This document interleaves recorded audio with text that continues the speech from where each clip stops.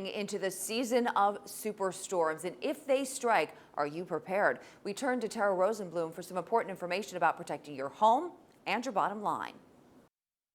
That storm was so devastating. This was Westchester only a year ago. This is what happened to my home. And Long Island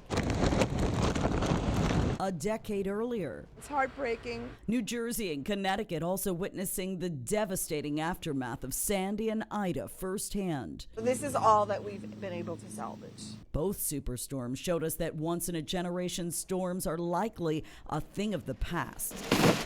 And every time one strikes, we have all seen how catastrophic the flooding and property damage can be.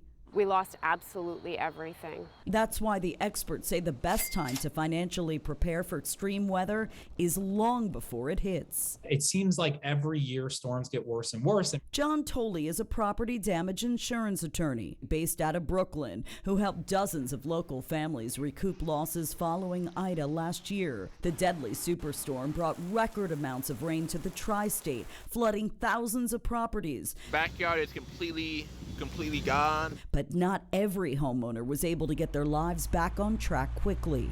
A lot of people didn't realize that they didn't have flood insurance. And because of that, a lot of claims were denied, especially after like Hurricane Sandy and stuff, was you'll see a line on the wall, like the drywall, and anything below that line, they basically can say, hey, that had to come from the flood.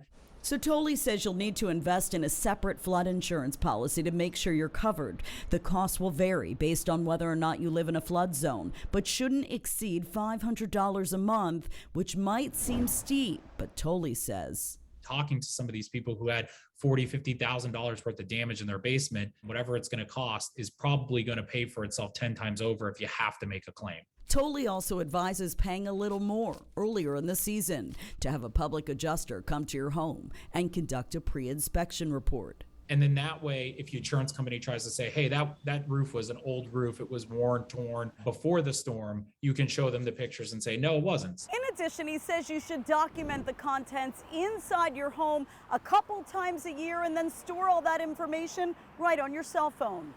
It seems weird because I'm even a person that I'll take receipts and just kind of toss them. And now doing this for a while, you know, especially if it's a big purchase, right? Like a MacBook or a big TV or something, I make sure I scan that receipt, upload it. Tara Rosenblum. What are we going to lose? How much water are we going to get in here? News 12. And if you have a problem with a claim or any other issue you want Tara to look into, head to the feature section of our website, news12.com, and just click on that Turn to Tara tab. Matt, hard to see those images. Yeah, we'll be talking more about those types of things as we approach the 10-year anniversary of Sandy coming up in October. Let's